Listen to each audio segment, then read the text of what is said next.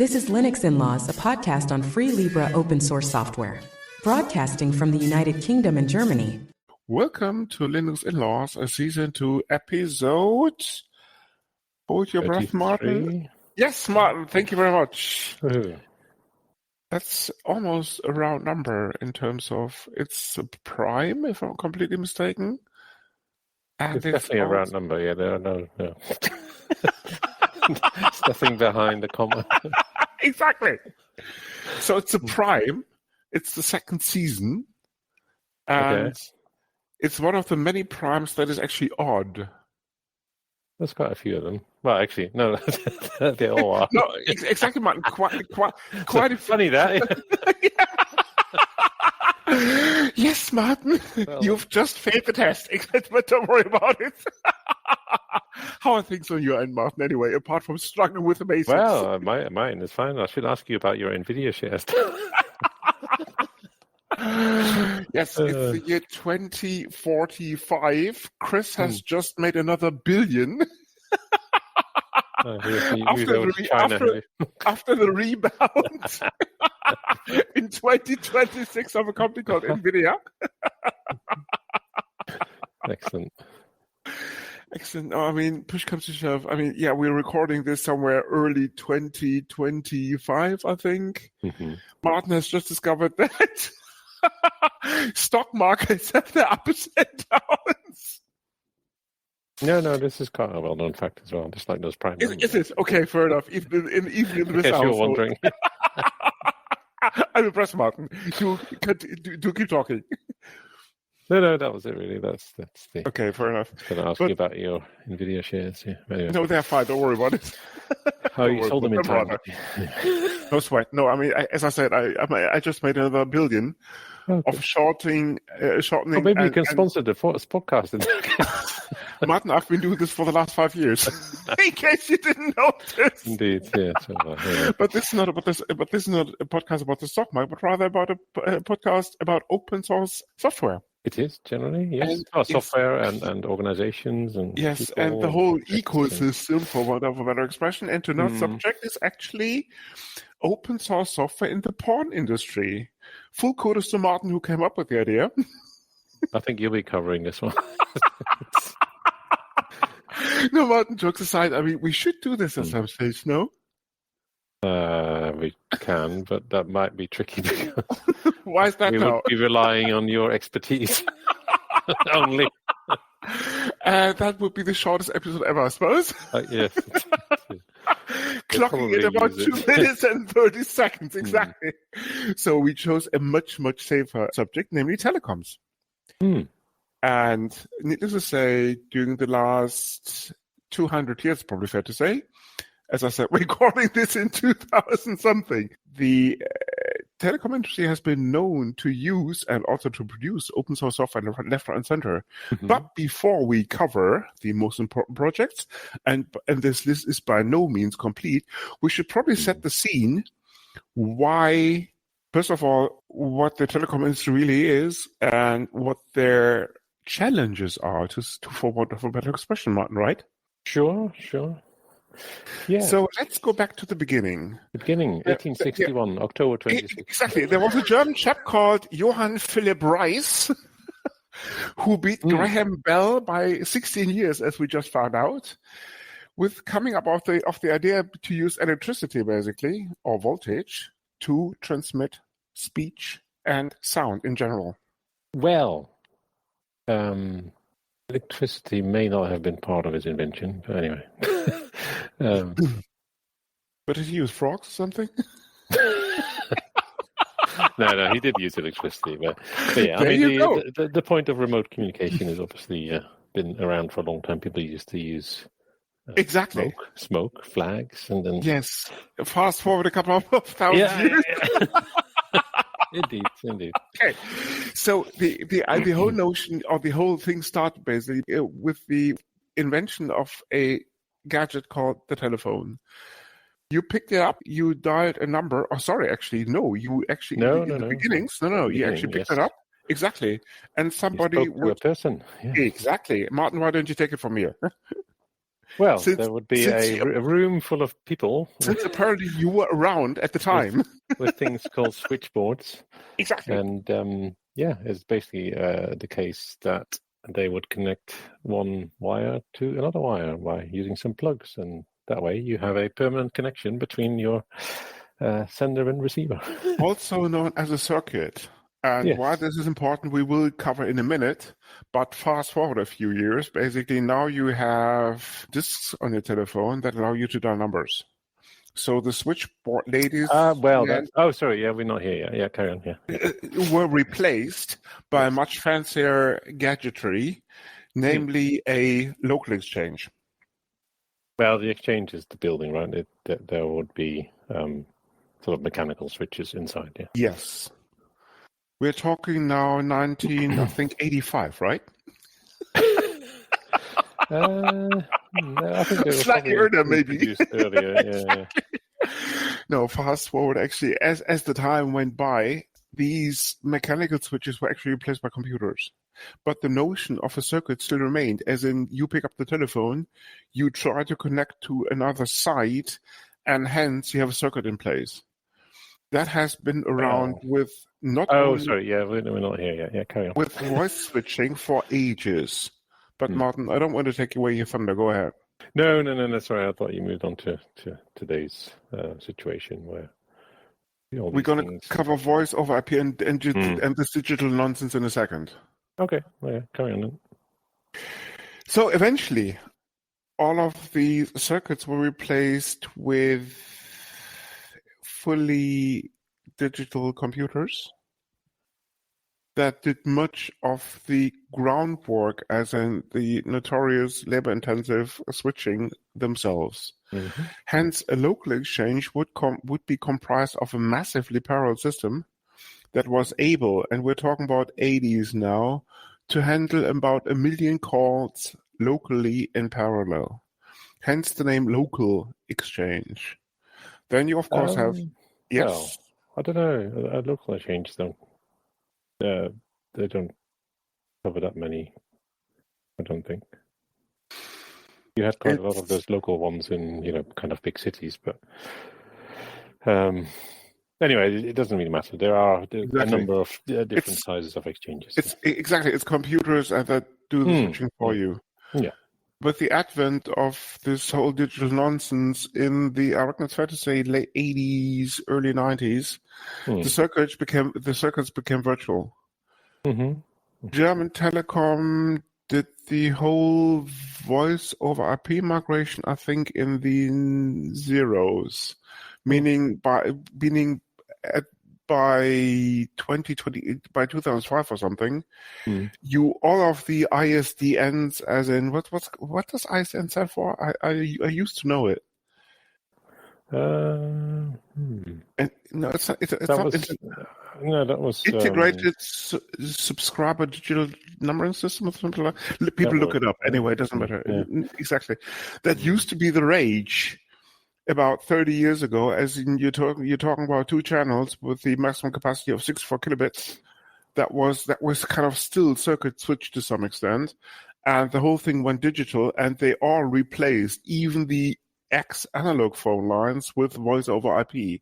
So the whole thing now is purely digital, and circuits are no longer. So it's all essentially IP at the end of the day, as in the internet protocol, as we have known to use and to love it for the last 50 years, something like that. So it's all IP space now. Yeah. Well, part of it, but yes. Is there still analog stuff around? I don't know. Don't think so. Well, it depends which part of the world, right? I mean, I'm talking about industrialized countries now, the likes of... So, of course, I'm not talking about the UK specifically. Ah, okay. So, the likes of the US, Singapore, Japan, big parts of China, and also I reckon the majority of the European countries would be fully digital by now. And I don't know what happened after Brexit, but prior to Brexit, I think Britain went the same way, if I recall correctly. Well, there are telephones, yes. And we should probably actually shed some more light on the early 90s when some people came up with the idea. Actually, they come up way earlier than that with the idea of, okay, a landline is great, but wouldn't it be much, much, much, much more convenient to be able to carry a phone around with you rather than to be bound to a landline? There was always radio communication anyway, but yeah, the idea that you could use that radio communication to speak to someone on the telephone network. What's radio communication while we're on the subject? I'm talking Marconi now and other people. Well, it's really encoding waves, right? So in sky. So rather than using a wire, you would use air, right? More or less. Indeed. Yes. Good idea. There's quite a lot of it around here. So you might as well go for it. It's cheaper anyway, exactly. So radio communication was invented. Marconi invented the radio when? Oh, that's 1450 or or the something? telephone, I think. No, I think it was 18 in the 1900s, right? Something like that. Maybe early 1900s then.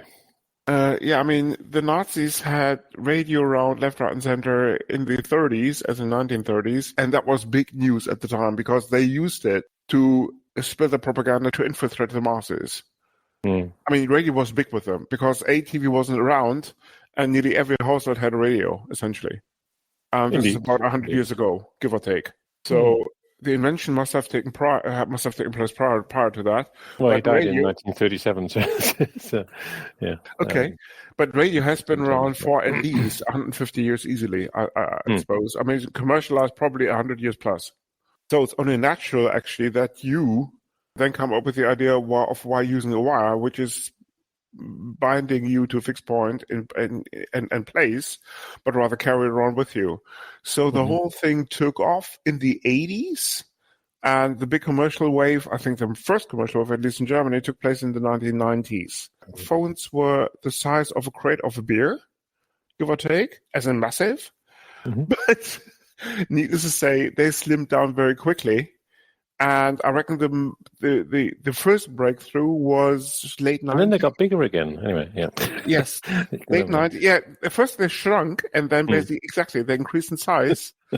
But that took another 20 years because Apple released the first iPhone in 2008 or something like that. Something like that, yeah.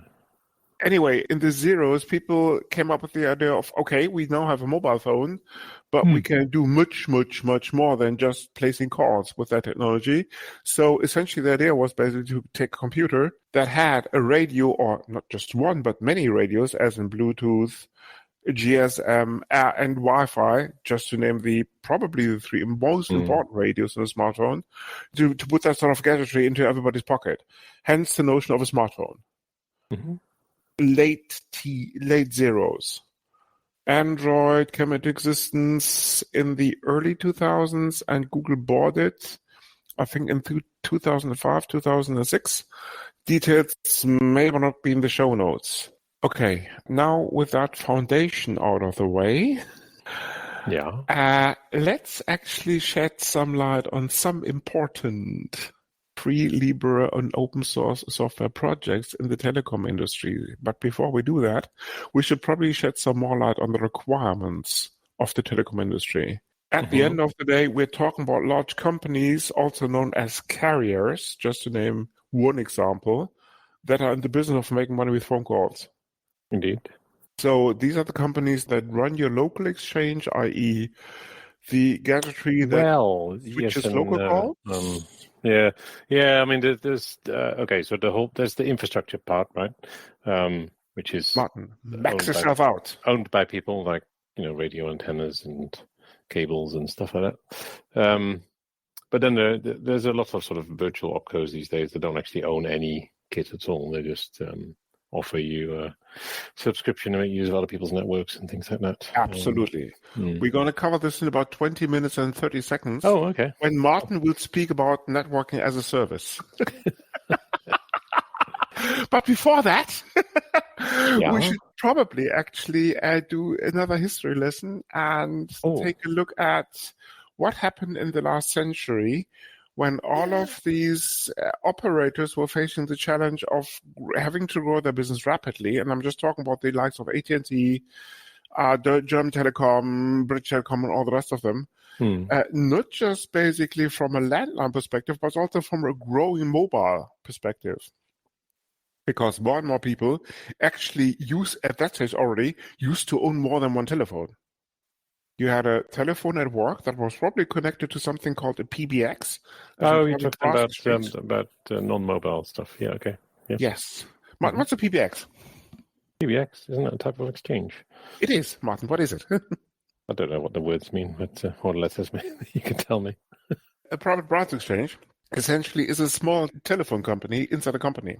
You see, the idea is basically if you have different departments in different locations talking to each other, you have a couple of options. Either you can use an operator like your local telecom provider who charges you through the nose for long distance and local calls, or you can do that basically yourself.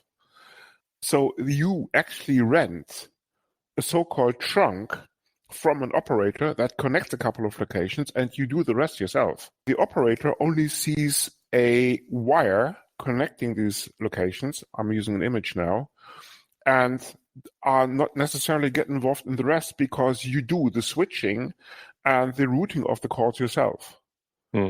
Otherwise, you would have to go through an operator which would charge you for each and every call. Needless to say, companies would like to avoid any superfluous costs. Hence the notion of a branch exchange, where they actually do much of these services that normally an operator would render to a customer themselves, and would only buy, say, connectivity between these two locations from an operator, from a service provider. Why a PBX is so important, we will cover in a minute when we come to particular projects that actually implement a PBX in a minute, as I said, going forward. But that is a very important aspect of telecoms.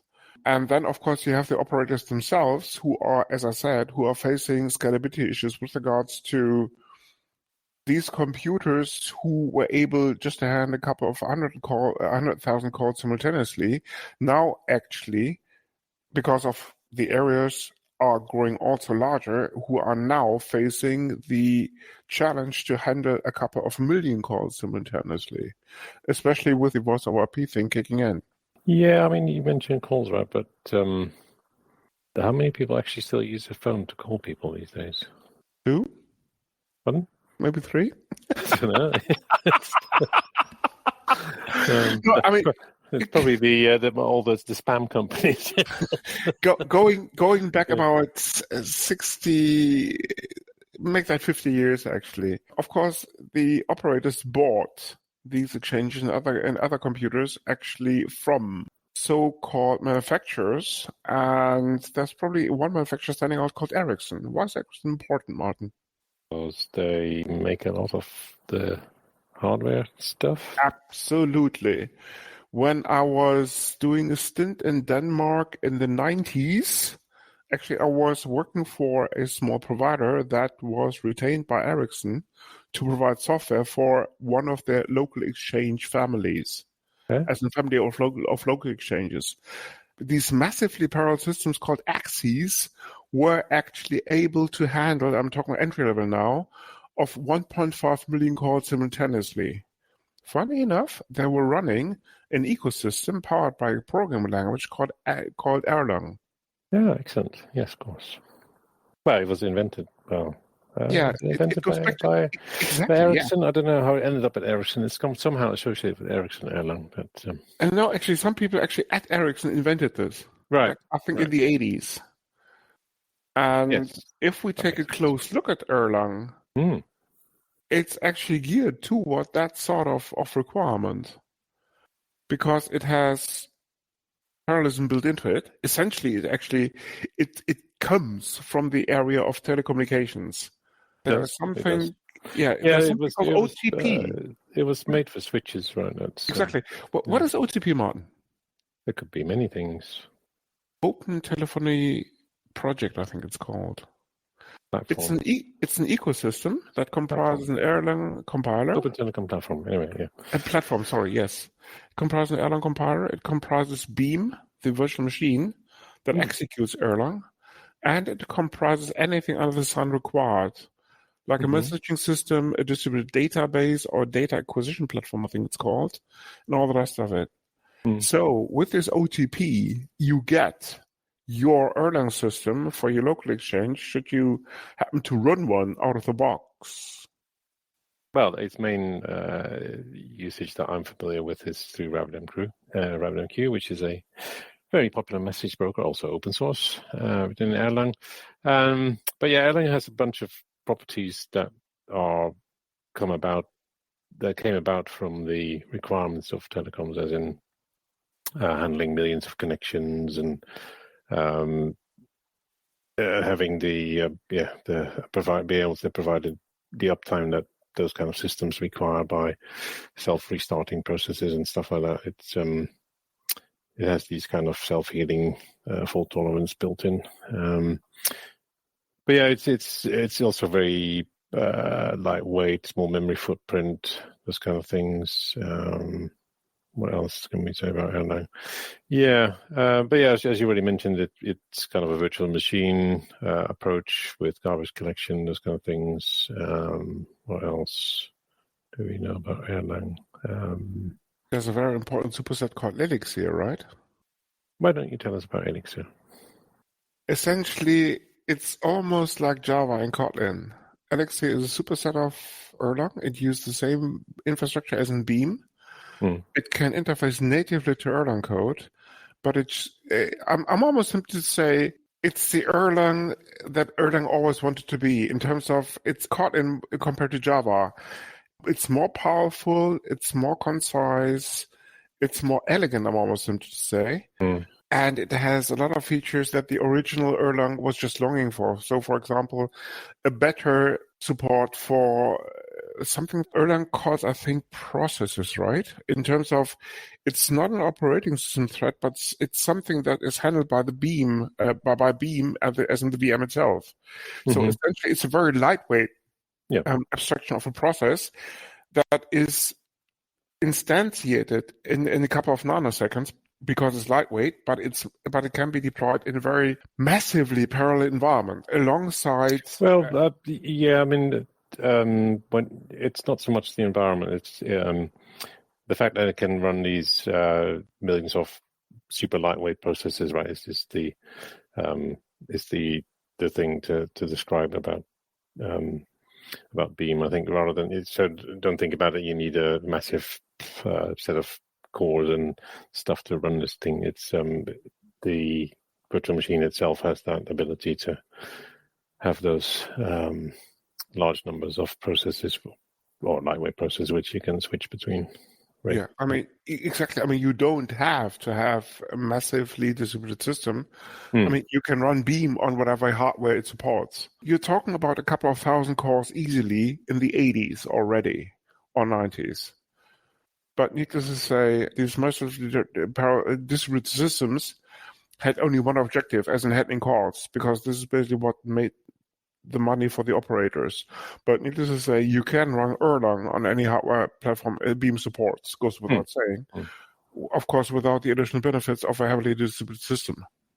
Yeah, I mean, there's other usages of Erlang as well, like CouchDB and things that have been written in it, apparently.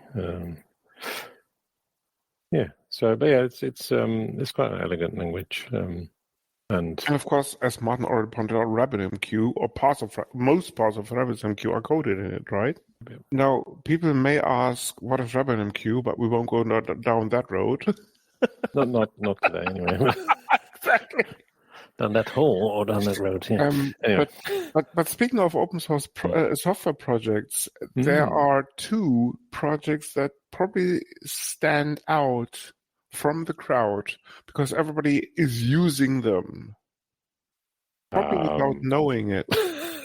What do you mean by everybody? Everybody who has a smartphone. Well, Android. Yes, Android, but also, Martin, and that's a little known fact, also iOS, as in the Apple alternative for mobile phones, is actually, if you take a very close look, it's built on an open source foundation. We won't go through the finer details of Android. Well, that's what Apple did, right?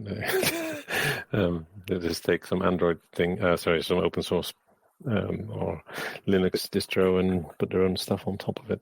Isn't that how Next Step started, I think? No, Martin, Next Step predates Linux. Oh, okay. Okay, history lesson. No, it's fine. People, we only have 5 hours left. People, kids, sit back.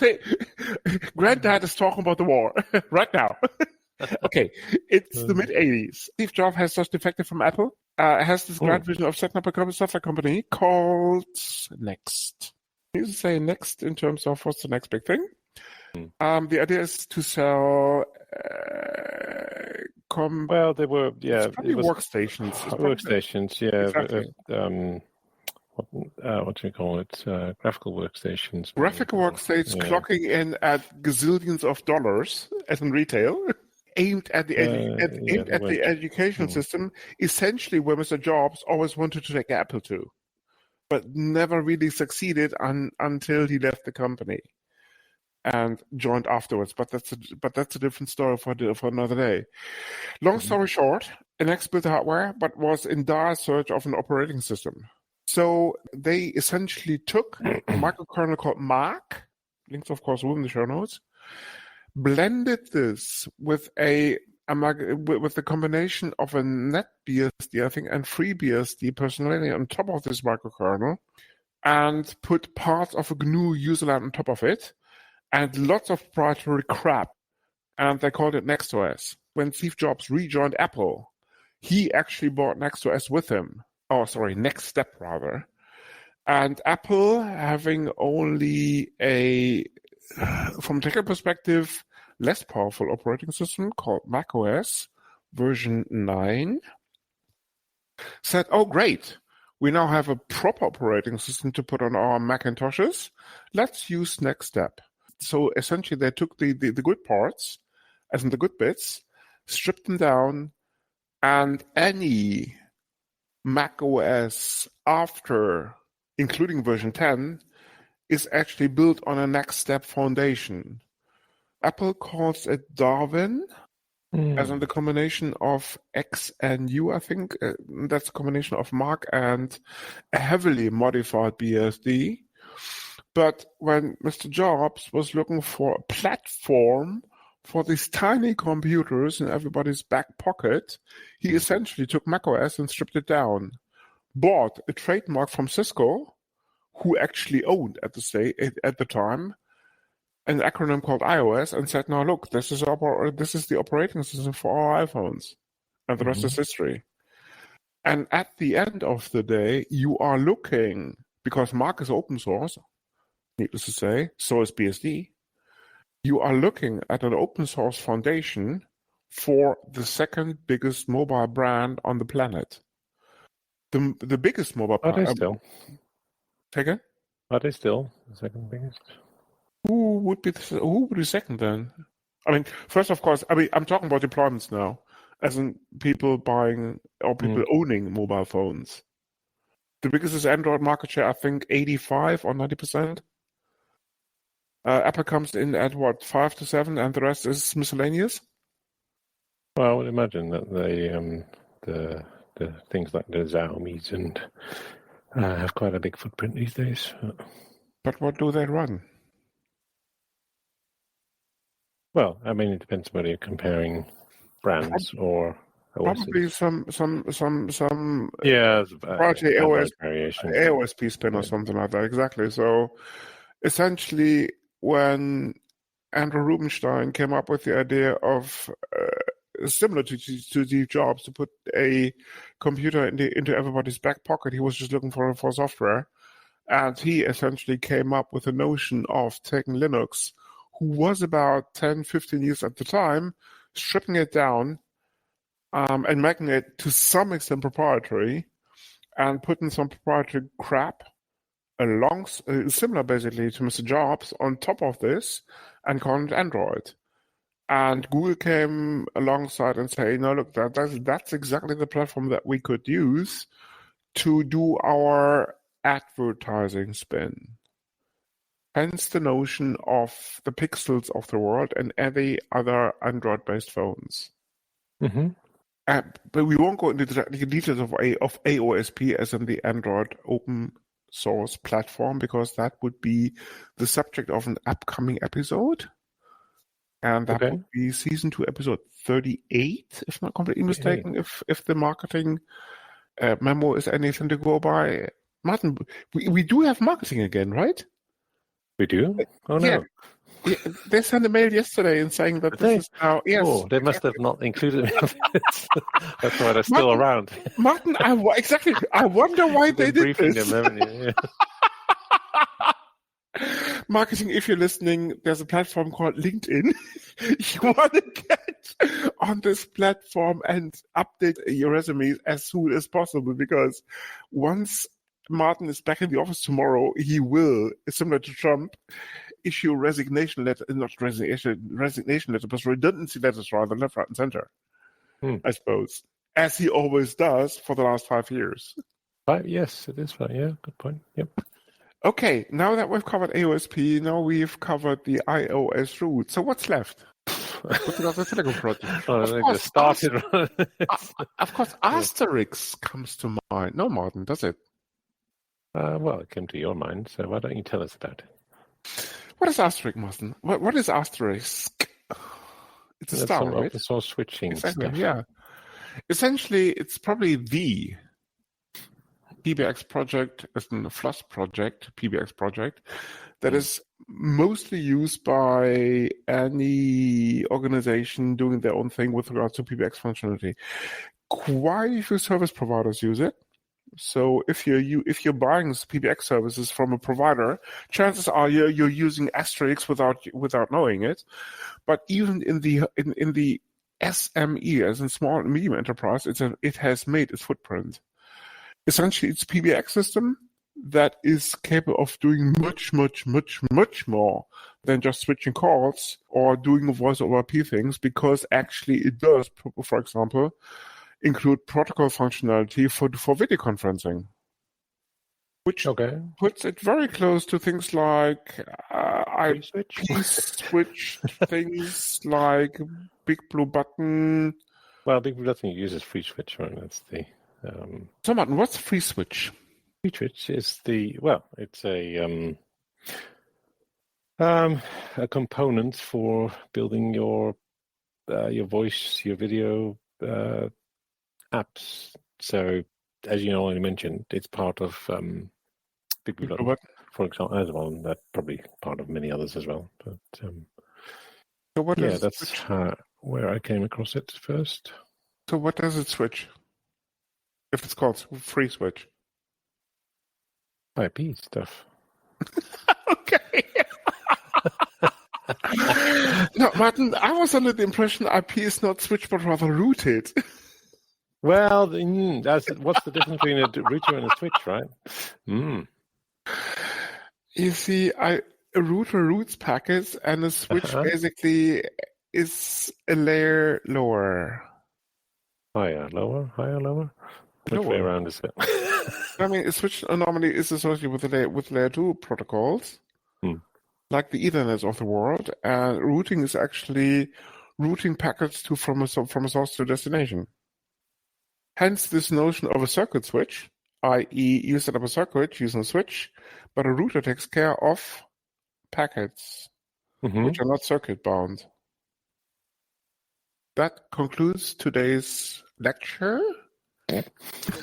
Assessments will be in the show notes. Well, on a more practical note, the difference between a switch and a router is that, as you mentioned, with a switch you establish more of a circuit rather than a router just distributes stuff right to left, right, center. And as we all know, circuits are things of the past. Goes without saying. But before we actually conclude this episode, we should probably mention something called OpenStack, right? Nah, we don't have to mention that. It's like we don't. Ancient history. Nobody uses it. Why is that now? Well, because it wasn't a success, right? China Telecoms actually has the biggest Well, deployment. Yeah, there might be some propriety there, or whatever you want to call them. Some obscure people still using it, but no. First there was VMware, and then people that thought, oh, we'll make an open source alternative. We'll use OpenStack. Exactly. And then Kubernetes came out, so they all went in the bin anyways. Yeah, but exactly. Martin, VMware used OpenStack left, right, and center. So, Martin, why don't you explain to the listeners what OpenStack really is? OpenStack is your open source virtualization platform, like vSphere, but then open source. Like vSphere open. I think that's really the biggest simplification I've ever met. No, that's what it is. It can accumulate your hardware and spin up virtual machines, and there you go. That's it. It's everything under the sun with regard to infrastructure rolled into one, right? I mean, if you take any infrastructure platform like AWS, like GCP, like Azure, they won't be using OpenStack. No, Martin. But if you combine them and then add some other bits, you essentially are looking at OpenStack. No. No. It doesn't really span data centers. It's more just I have a bunch of computers, a bunch of network, and a bunch of disk. I'll use OpenStack to accumulate it into a big pool where people can spin up. OpenStack goes from simple control of virtual machines. It does. By the way, it does understand containers these days. Does it? Well, it's a bit late, isn't it? Really. Don't bother OpenStack people. Here come a few little known facts apparently, and little known facts known by Martin Visser. It's written in Python, mind you. Ah, great job. Yes, the last stable release apparently goes back to 2022. So it's still under active development. Calling it that would be quite capturing it. So apparently still some people would believe in the stack. German Telecom, China Telecom, Verizon, just to name three tiny what about them? Operators clocking in a combined fashion. Verizon has about, in the mobile space, at least 100 million subscribers, if not more. Yeah, but what are they using it for? Maybe for an ERP system or something. All of these three operators actually rent them out in the public clouds, but also use OpenStack internally as their major virtualization platform. Because you see, Martin, the beauty is basically, yes, you can run containers, but at the end of the day, why do they shy away from public clouds? Because they're rolling their own cloud thing.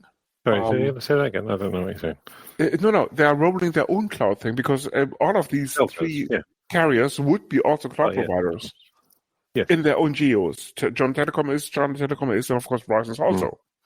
Mm-hmm. And they do not necessarily avail of the services of a public hyperscaler because of their data privacy issues. Mm-hmm. Unless they're broken into. 2024, I think it was, carried a huge Verizon hack. Details maybe in the show notes. No, jokes aside. Look at Horizon. Yes, I did. Full disclosure. This not related to this case. No. I stopped working for them about almost 10 years ago. So anyway, doesn't matter. No, jokes aside. The point they're making is basically why don't they use hyperscalers? Straightforward, because they're pretty concerned about privacy issues.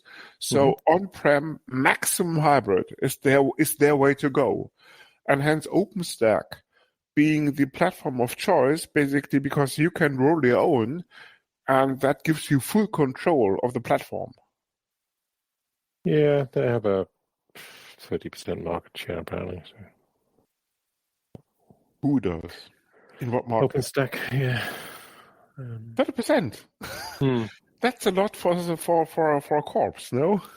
It's surprising. Yeah, maybe it's just in brokers. People, you heard it first. Martin Visser publicly admits to making a mistake. Maybe it's just in Germany. Who knows? Now it's going to use things like user and what have you. Okay. Is there anything? Yes, Martin. Of course, network as a service. Why don't you give it a shot? Network as a service. I was going to talk about the Linux Foundation. Yeah, you can do that too. Go ahead.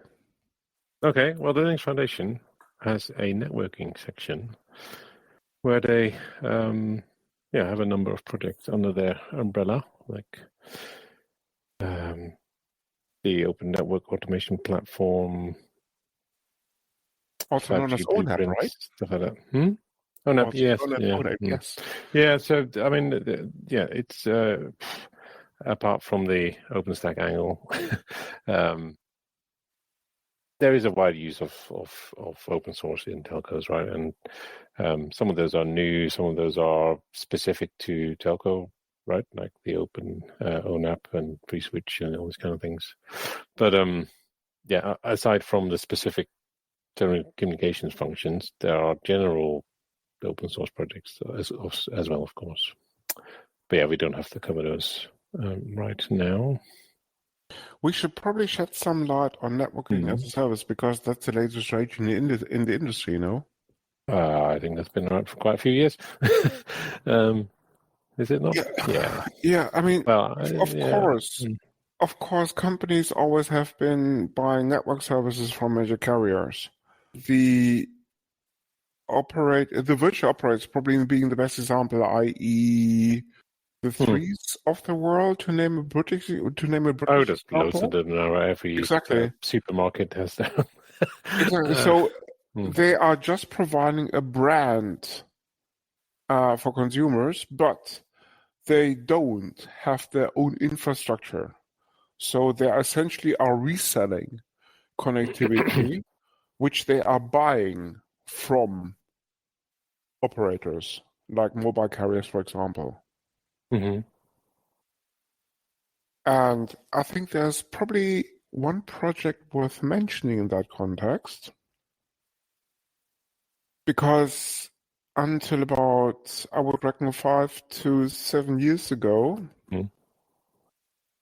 if you would be thinking about doing the next reselling gig in terms of throwing a brand at a consumer that has a very good price point, delivers excellent quality and all the rest of it, but don't want to build up a mobile network, which sets you back. The expensive part, yeah. Exactly. I would reckon at least 8 to 9 digits easily, and kids, the currency don't matter in these price ranges. So whether it's dollars or euros, don't worry about it. As Martin already said, it's very expensive because you're talking mobile towers, you're talking exchanges and all the rest of it. So what you normally do is actually you tie yourself to 1 or 2 or more operators and resell their kit. But the trouble is, of course, these operators all have their own idea of running these networks. Mm-hmm. So, for example, the simple workflow of provisioning, i.e., if you go to a shop, buy a SIM, you have a phone already, so what do? You put some money on the table, you get a SIM. What then? Oh, it's going to be activated and all that kind of stuff. Yes, exactly, Martin. What does activation entail? It means it needs to be registered on the provider's network so that it can actually you have to provide an identity be able to make proof. You have to provide a billing method. You have to provide some contact information and all the rest of it. Exactly. Regulatory requirements come into play, billing things come into play, and all the rest of it. So, needless to say, if you are bound to an operator, that operator probably has their own idea of how this access would look like in terms of, for example, API fashions. For the last 3 to 5 years, the industry has thought about consolidating these APIs from left, right, and center, so that the notion of a business as a network as a service has come into play left, right, and center with regards to you now have standardized APIs, for example, for provisioning. So the overall idea is basically you set up shop, but you don't have to worry about a specific operator and their API because you simply take a standard that is provisioned by the industry and then program against the standardized API, which takes internally care of mapping this onto an operator and their specific workflows, SDKs, and all the rest of it. And there's actually a very interesting project called Camera. Yeah. Camera, exactly. It's a Linux Foundation project. Now that you actually mentioned the Linux Foundation, and that's exactly the idea behind this API consolidation as a network as a service. Indeed. Yeah, I mean, aside from the Linux Foundation, I mean, there are lots of initiatives in the telecom space for them to work together on these kind of standards anyway, because it's clearly, each doing your own thing is not that efficient. I forgot the name of the. There's a whole bunch of working groups that are not specifically to open source, but they're just a bunch of telcos that come together and work on those kind of standards, as you mentioned. And more, they are also moving into the open space, left, right, and center, because also they have come to grips with the notion that open source won't go away anytime soon.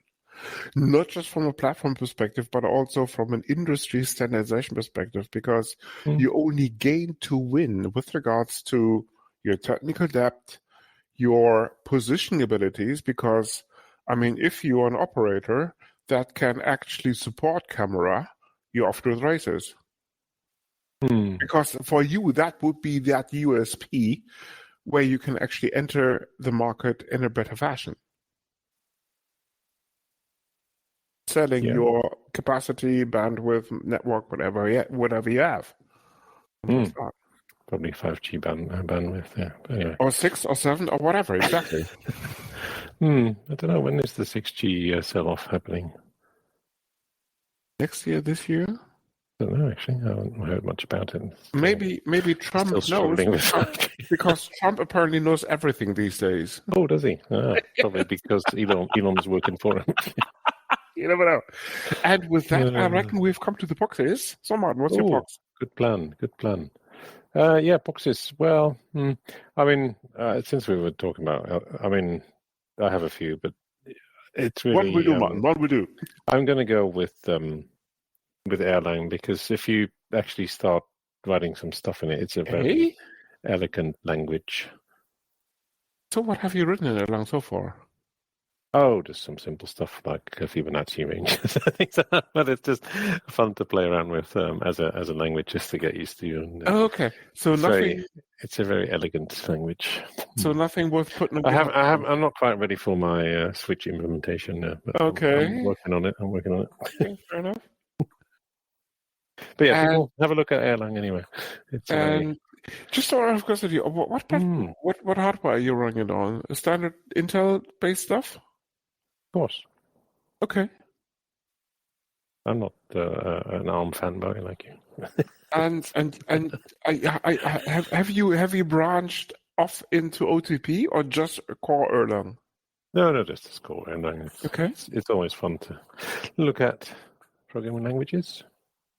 Cool. Like C and Erlang. We should probably actually do it. No, we won't do an episode on C, but we should probably actually do an episode on Erlang and Elixir, right? We should, yes. Good plan. I think there's a foundation, no? Supporting this, yes. Question. Well, I mean, it's all open source, but yeah. I mean, all good programming languages these days, of course, have their foundations, like... I don't know, actually. Is that an Erlang foundation? Rust has their foundation. Rust? What is that? I've never heard of it. It's a programming language. Who needs that anyway? Because we got C already, and Erlang. I'm pretty sure that actually there is an Erlang foundation, if I'm completely mistaken. Yeah, so you're right. People watch out. There may be an episode either on Erlang or on the Erlang Foundation. And with that, I reckon. Anyway, wait. What's your book? Yes. Exactly. I was just getting to that. Oh, sorry. Yeah, my book is actually a TV series / movie called What We Do in the Shadows. What We'll Do in the Shadows? Yes. Okay. It's about a group of vampires. I see. Doing all sorts of funny things. Let's put it this way. To be more concrete, struggling with the everyday challenges of modern life. Loosely modeled on Bram Stoker novels. Yes, there are supporting characters. For example, in that case, it's a accountant by the name of Colin. The TV series clocks in at 6 seasons, I think, with about 8 episodes each. If you're into that sort of dark, black humor, similar to League of Legends or whatever, in a slightly more gothic context, you don't want to miss this. Of course, there's also a movie spin-off. Details, of course, will be in the show notes. Cool. Oh, Martin, we do have feedback. After our recent format change, people actually bothered to write in and also call the secret hotline to leave voice messages. So let's listen to the first of these voicemails. Howdy, this here's Donald Callan from that fancy White House up on the hill. Just want to say this setup's about as useful as a screen door on a submarine, just like all them other administrations before mine. What was wrong with the old intro and outro, huh? Change ain't always for the better, just look at Canada. Ever since them commies took over and started all their nonsense like fixin' healthcare and transport, that place done gone downhill real quick. That's one of the big reasons they ought to join us right quick. What's that, GD? Sorry, can't hear. Yo, this dang hearing aid's actin' up again. Darn Chinese rechargeables. Let's up that tariff to 50% instead of 25% so folks buy American stuff again.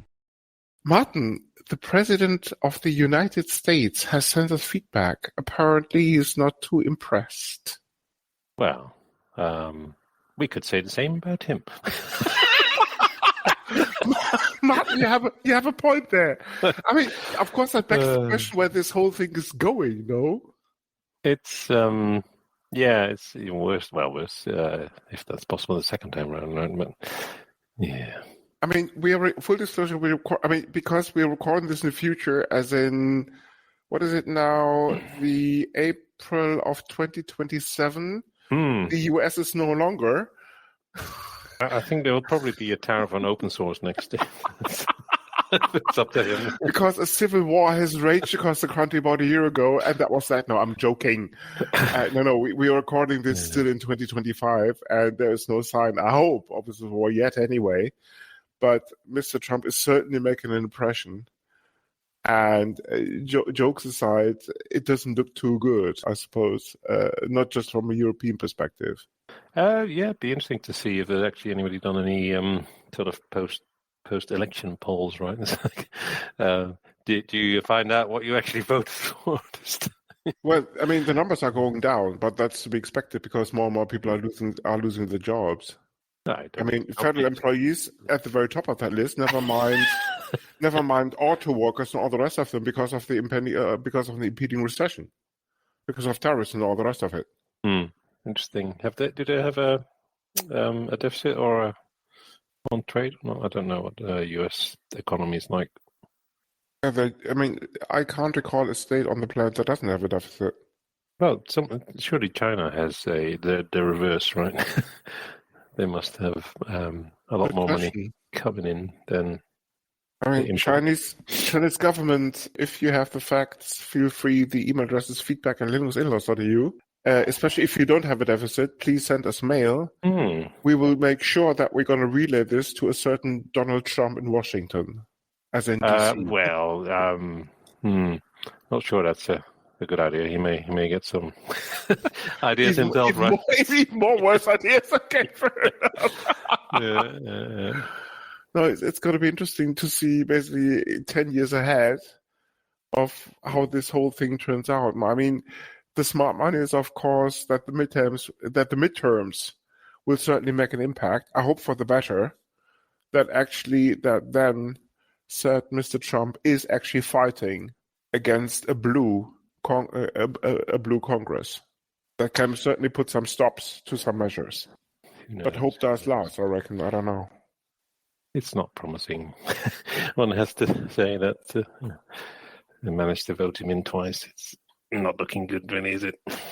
I mean, of course, the good news is unless he changes he doesn't have to change the constitution because there's no such thing as a word in the constitution of just running two terms. He'll probably just abolish it anyway, right? So these rules don't apply to. Well, there's no rule in the constitution that you can only run two terms. I think that came into existence with some, not even legislation, but basically just a done thing in the 1900s or something like that. Details may or may not be in the show notes, but every president after that only ran for 2 terms maximum. Yep, that is kind of the. So there's hope at the end of the day. Yeah, I don't know. Yeah. Anyway, okay, on with much more brighter things, as in the second voicemail we got from our beloved friend TX9542-Y. So why don't we have a listen?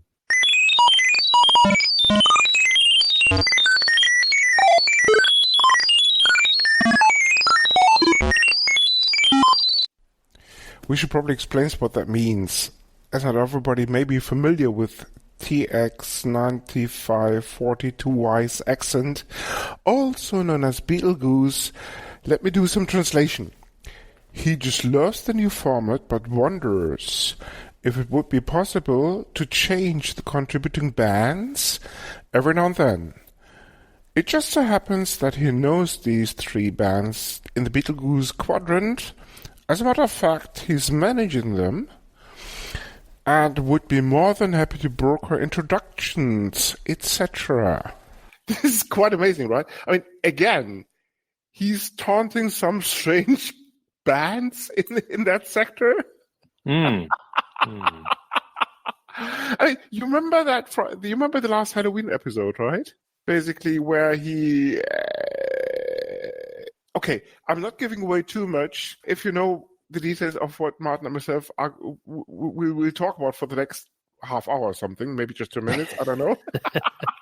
You have to listen to the Halloween episode of 2024. It probably does make more sense that way. Yeah. Exactly. Needless to say, he did some questionable things, let's put it this way. And again, this voicemail is another evidence that he's probably not of the purest heart, let's put it this way, when it comes down to benefiting from certain, let's put it this way, stances, positions, whatever we call it. And trying to sneak in the bands that you're managing into your, I hope, favorite podcast. Yes. That leaves a little bit of a sour taste, no? Well, I mean, as long as it comes with some... let's say benefits, then we were happy to consider these bands. Yeah. Well, let's see. So their material is what do we call it? CC BY or whatever. Indeed. So yes, but TX, if you're listening, of course, needless to say, jokes aside, every feedback is welcome. So please keep sending us feedback, and if it's just from Beetlegoose, I don't know. But bland commercial positionings are probably not at the very top of that list of favorite feedback topics, let's put it this way. And thinly weighed on my head. Again, okay, on to the next one. You going to read this, or should I do this? I'm happy either way.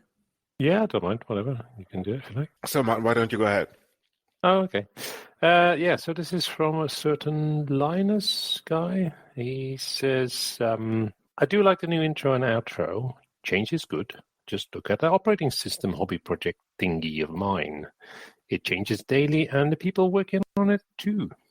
All it takes is a little bit of encouragement. Hang on a minute, this sounds familiar. It's a bit like Martin, keep talking, keep reading. Yeah, sorry.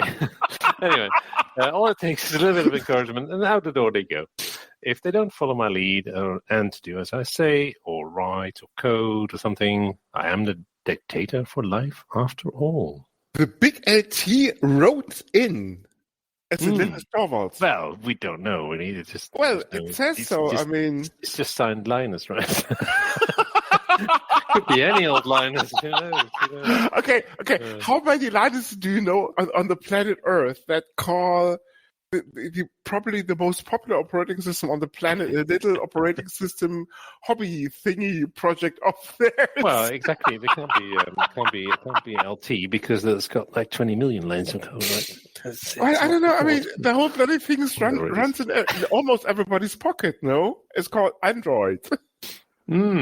More on that later in another episode. But yeah. Yes. So, full disclosure, Martin has no taken over the responsibilities of marketing because he fired them once again. Yeah. Yes, we do have to cut costs too, exactly, especially if these venture capital discussions do not turn out to be the thing that we're looking for, but who needs money anyway? Now, coming back to the feedback here. Linus, thank you very much for writing in. Yes. But what I'm a little bit concerned about is actually, it doesn't say I am the benevolent dictator for life after all, but just I'm the dictator for life after all. That's the benevolent missing, no? No, that sounds pretty suitable. Yeah. Maybe Linus hasn't changed after this hiatus of his after all these years. I mean, maybe he's just still the dictator. Yeah. There's no change there. Yeah. So no changes. So I mean, that of course would be a little bit of a contradiction because he says that change is good, but then he didn't change after all in the first place. No, the change, outside change. This is what he's talking about. Well, he just said he agrees change is good, no? Yes, but then you can. He should probably said that I'm not changing after all. That's kind of goes without saying. Surely that's why he didn't say it. Indeed, Martin, very much so. So change is good if it doesn't concern me. Exactly. Yes. Excellent. Okay. For my personal benefits. Yep. Yes, exactly. Linus, if you're listening, if you want to come on the show to rectify these points, just get in touch with us. The email address is feedback@linuxinlaws.eu, right? And on with the comments, Richard Storman adds, I couldn't care less about any format changes. As you're using evil media formats like MP3 for audio and PNG for the images on your website. Oh, no, we're not. Martin, let me finish here, please. Yes, that's right, this guy. Martin, let me finish this feedback now. Sorry. I find your podcast completely and utterly disgusting. As you do cover projects that do not use the GNU public license. And the podcast itself, and this is what's getting interesting, and the podcast itself should be called GNU/Linux Inlaws in the first place. Hail, and this is what he finishes with, hail the GPL. I mean, this is true Richard style, right? Yeah.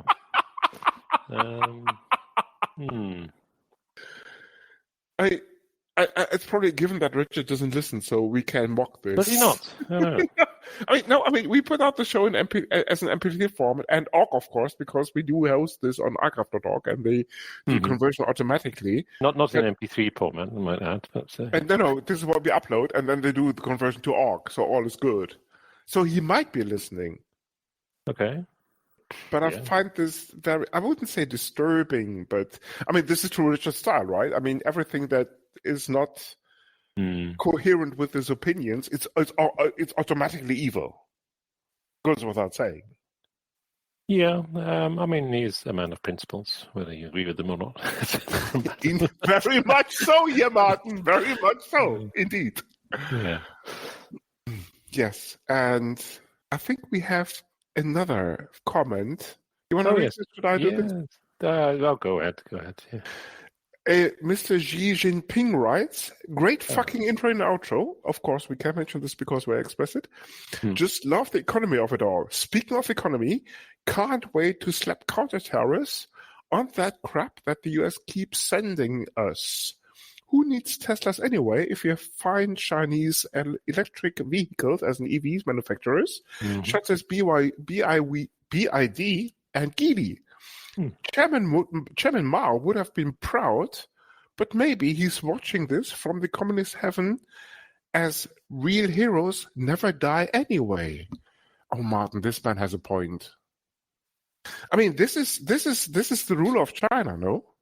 who writes in here. One would assume so, but Yes. and I don't know how common the name is over there. So I can't comment if there's again a different.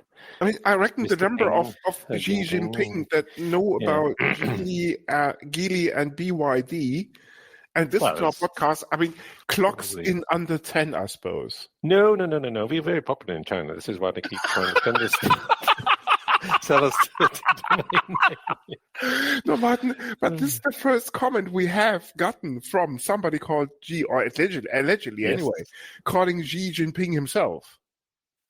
And not a secretary Yeah.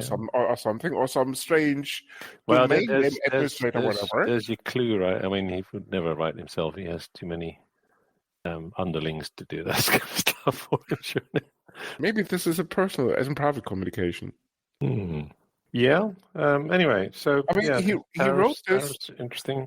I mean, according to, I mean, we got this, of course, through our web portal, because emails will apparently be filtered coming from China. So he used the web portal, and if the web server logs are anything to go by, he sent this via Tor. So it must be him. I'd say how else would he be able to access Exactly, this? Not within exactly. the Great Wall of China. I mean, you would think that he would have other means at his disposal, being the big chief and all, but I reckon he's pretty much a man of the common people. So that's the reason why he has to use Tor, right? So goes without saying. Yeah. So Yeah. yeah. Any Interesting further thoughts on collection this? of Yes. feedback. Indeed. And you say, people, if you have any other thoughts, not just about the new internal auto format, the email address is, of course, feedback@linuxinlos.eu. In contrary to common perception, each and every feedback will be tackled, as in read, and also digested. Yeah, and ideally not feedback that is then turned into your own propaganda, like yeah, the stuff that we had so far today. Yeah, but TX will still love you anyway. No, Yes. So do keep sending, exactly. Yeah. And with that, people, do keep writing feedback to her, because this is what we thrive upon, marketing, sales or not. Not. Yeah. And with that, Martin? See you next time. This is the Linux In-Laws. You come for the knowledge. But stay for the madness. Thank you for listening. We hope you like this feature presentation. If so, please spread the word. If not, please let us know. Feedback@linuxinlaws.eu.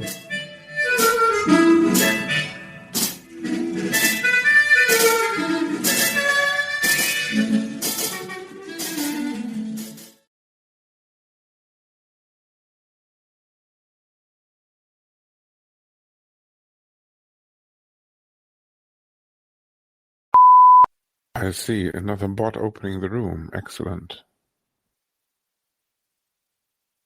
Or has Mr. Visser just fallen asleep as usual? The mind boggles. Probably You something can for do the it. outtakes. Guten Abend. Johan. Where's Johan Mr. from? Visser, Hello. I reckon that name doesn't ring a bell. Let's have a look. I can't read the whole of it. It just says Johan at the front. If you hover, no, but you can. No, you can actually move. It says on the order. top. Johan Philip Reis. Yes, Let's Martin. see. Does that ring a bell? I wonder. Reis. Sounds Yeah, pretty German. Yeah, he invented the grain, actually, among other He things. invented the grain. Yes. Doesn't grain just grow? How did he invent it? No, actually, he came Inventor up of with the telephone? I don't think so. Martin, spot on. Excellent. I'm impressed. Just 2 seconds with the search engine. It all Yes. works out. Yes. Since when did the Germans invent the telephone? This is not true. Martin, you can't beat the facts. Bell and Rice had a competition going on. Frankfurt. Yes. I see. And you see, they independently came up with the idea of transmitting voice and other sounds via electricity. Bell won, actually, and Bell commercialized the whole thing. But Rice, I think, beat him by a year or something. But 16 years, apparently. Yeah. or 16 years. But he never managed, as in failed, to make money from it. But they both came up with the idea of doing this. Erfinder des Fernsprechers. Ja. There you go, Martin.